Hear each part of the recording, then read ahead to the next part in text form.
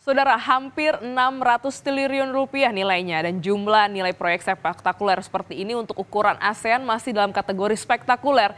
Tapi Menteri BUMN Erick Thohir ini bilang tingkat kegagalan kesepakatan ini sangat tinggi jika tidak segera ditindaklanjuti oleh tiap negara di kawasan.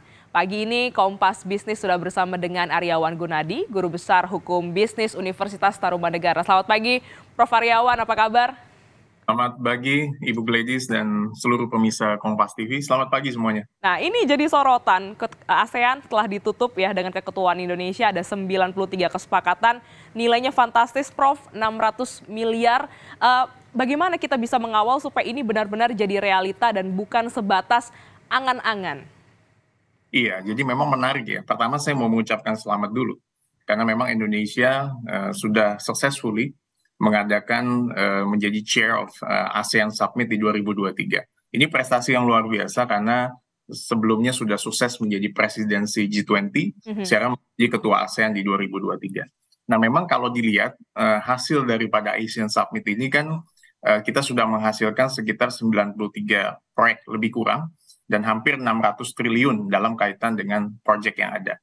Nah, nilai proyek yang ada ini memang tidak bisa hanya diwacanakan saja, tetapi harus bisa dieksekut atau diimplementasikan. Bagaimana caranya untuk bisa mengeksekusi ini? Salah satunya kalau kita lihat, kita nggak bisa hanya mengandalkan ketergantungan kepada satu kekuatan. Karena kita tahu bahwa mitranya Indonesia di ASEAN kan cukup banyak. Jadi di ASEAN itu memang antara baik yang negara yang economic growth-nya tinggi, baik negara yang berkembang, ataupun negara mungkin yang lebih kurang berkembang, kita harus memang menjadi satu harmoni sehingga bisa menjadi satu kesatuan dalam mengerjakan proyek ini dan mengeksekusi secara bersama-sama.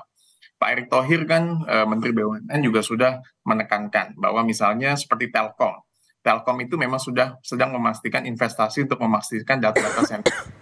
Sehingga digital ekonomi itu memang bisa menjadi salah satu yang terbesar di Asia Tenggara. Jadi mungkin bukan hanya BUMN, tapi kita bisa memanfaatkan private sector untuk mendukung eksekusi dari 600 triliun proyek yang digagas oleh ASEAN. Walaupun kita tahu memang ini tidak mudah. Kenapa? Karena memang pengembangan-pengembangan itu kan juga harus dilakukan. Ada energi terbarukan, ini juga kita lagi sedang concern di sini, dan juga berkaitan dengan ASEAN misalnya. ASEAN kan sudah ada Business Advisory Council-nya, sudah menghasilkan 8 legacy project. Misalnya Asian QR Codes. Jadi antar negara ASEAN itu kan juga akan menggunakan Asian QR Codes. Dengan Thailand kalau nggak salah sudah, nanti dengan Singapura, Malaysia kita juga bisa menggunakan digital yang dilakukan. Lalu juga apalagi misalnya berkaitan dengan program-program di Wiki Entrepreneur misalnya, itu juga akan dikembangkan. Lalu ASEAN Net Zero Hub itu juga dikembangkan. Mereka juga akan mendukung small medium enterprise atau UMKM yang ada di lingkungan ASEAN. So this is a good opportunity for Indonesia untuk bisa speak up lebih besar di ASEAN, dan kita bisa mendukung UMKM kita untuk bisa bermain di level ASEAN. Demikian. Ya, ini menarik memang apa yang disampaikan oleh Presiden Jokowi dalam speech-nya juga menyatakan bahwa kita menjadi satu harmoni, ASEAN ini bisa bersatu, dan juga ada statement ASEAN ini menjadi epicentrum of growth sampai akhir KTT ini terus disebutkan. Tetapi kan ada juga masalah klasik Prof yang dihadapi adalah kesenjangan pendanaan infrastruktur satu sama lain di kawasan ASEAN ini. Apakah ini artinya pertumbuhan ASEAN ini masih bergantung pada funding dari ADB atau Bank Dunia atau negara-negara maju? Iya, memang pertanyaan ini menarik. Kenapa? Karena kan Pak Presiden Jokowi menekankan mengenai kesetaraan. Jujur saya katakan itu memang tidak mudah, tetapi upaya itu kita harus appreciate. Karena memang antara negara ASEAN itu kan positioningnya memang berbeda-beda. Ada negara yang economic growth-nya tinggi, ada yang memang belum semaju seperti Vietnam atau Singapura, Malaysia ataupun Indonesia atau Thailand misalnya. Nah, kita juga bisa melihat salah satu tantangannya adalah kesenjangan pendanaan infrastruktur di antara negara-negara anggota ASEAN. Ini kita harus memang underline. Nah, makanya pertumbuhan ekonomi kawasan di satu negara itu tidak hanya harus bergantung kepada pendanaan eksternal dari misalnya lembaga-lembaga seperti Asian Development Bank atau Bank Dunia atau negara maju. Sementara pendanaan dari sumber-sumber tersebut dapat membantu pembiayaan proyek infrastruktur yang penting.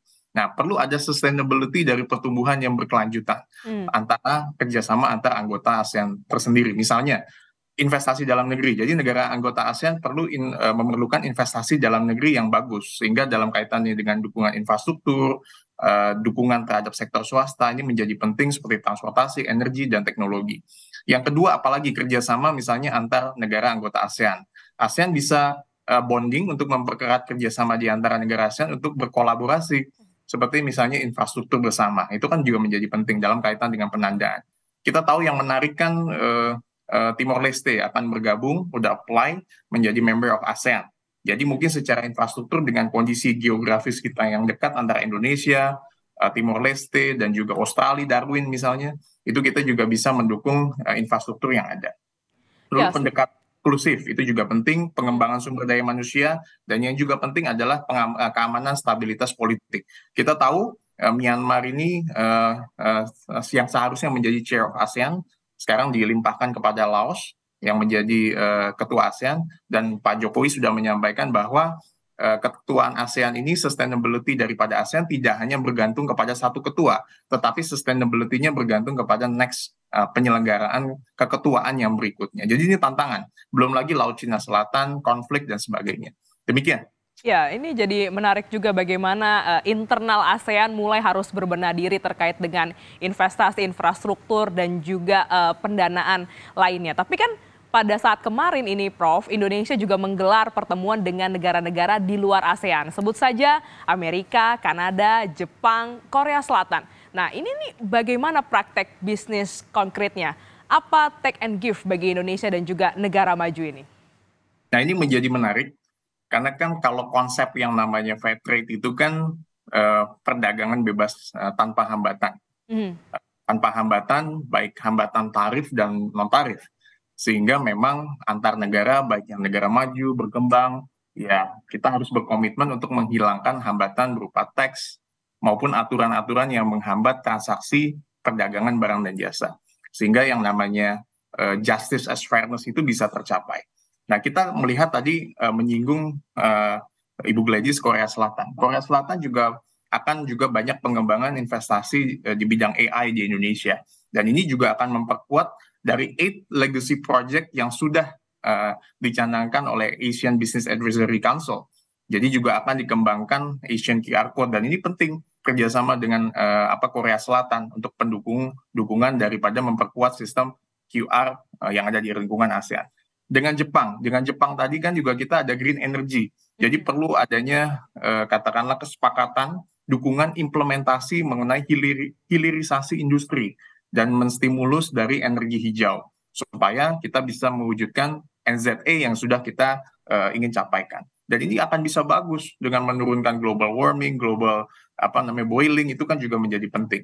Kanada tadi Ibu Gladys juga singgung, menarik karena Kanada, US hadir walaupun Vice President yang mewakili, tapi melihat bahwa ASEAN itu menjadi partner yang penting. Nah, dengan Kanada misalnya kita ada kemitraan strategis dalam kaitannya dengan food security, ketahanan pangan. Indonesia menjadi salah satu produksi beras yang terbesar. Akan tetapi kita import beras kan tetap masih dilakukan. Nah, artinya kita memang perlu membangun infrastruktur food estate yang ada di Indonesia supaya kita bisa bersaing dengan negara anggota ASEAN lainnya. Sehingga akhirnya bisa menciptakan swasembada pangan yang ada di lingkungan ASEAN. Jadi kuncinya adalah Indonesia tidak hanya berbicara dalam kapasitas sebagai Indonesia, tapi kita juga sebagai ASEAN, dan ASEAN pun juga kita tahu dealing dengan banyak perjanjian perdagangan internasional dengan banyak negara, baik dengan Amerika Serikat, terutama dengan China. Kita juga banyak kerjasama dengan China, ada ASEAN Outlook kan, Indo-Pasifik juga yang kita juga sudah kerjasamakan. Jadi kita harus juga bisa mendapat benefit untuk Indonesia sendiri, sehingga masyarakat kita, rakyat kita juga bisa menikmati kerjasama internasional yang sudah dilakukan, dan punya benefit buat human resource yang ada di Indonesia. Demikian. Bagaimana juga dengan Amerika Serikat tentang nikel? Take and give-nya seperti apa? Iya, memang dengan nikel ini Amerika Serikat kemarin Presiden Joe Biden hadir di G20, lalu Vice President Kamala Harris kan yang mewakili di Indonesia. Nah, juga ada komitmen memang yang dilakukan antara Indonesia dengan Amerika Serikat untuk berkaitan dengan nikel. Nah, dengan nikel ini ya tentu balik lagi ya kan kita juga harus memperkuat sektor infrastruktur yang ada di Indonesia. Karena bicara soal infrastruktur, bicara soal nikel dan yang lain-lain memang tidak apa namanya tidak langsung memang terkait dengan pembangunan ekonomi yang ada di Indonesia. Akan tetapi saya lihat dengan Eight Legacy Project yang sudah dilakukan, salah satunya pengembangan UMKM yang berkaitan dengan nikel, tambang, batu bara, energi terbarukan itu juga akan dilakukan. Karena Amerika Serikat dengan Indonesia, kita juga dulu ingat pernah ada offering mengenai Trans-Pacific Partnership atau TPP, waktu itu kita belum ikut, waktu zaman pemerintahan Pak SBY. Nah, tapi kita mengharapkan bahwa hubungan ini bisa tetap terjadi.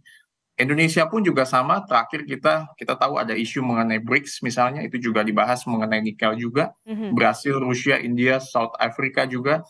Nah, kita tidak ikut di BRICS Agreement, waktu itu juga saya sampaikan kalau nggak salah di Kompas TV. Nah, ini juga menjadi apa ya, menjadi Indonesia harus bisa menjadi platform yang baik untuk negara-negara baik yang ada di blok barat dan di blok timur. Demikian Bu Gladys. Ya, menarik. Kawal janji investasi KTT ASEAN Benar. sampai jadi nyata. Terima kasih Prof. Aryawan Gunadi, Guru Besar Hukum Bisnis Universitas Tarumanegara, telah bergabung dalam Kompas Bisnis pagi hari ini. Sehat selalu, Prof. Terima kasih.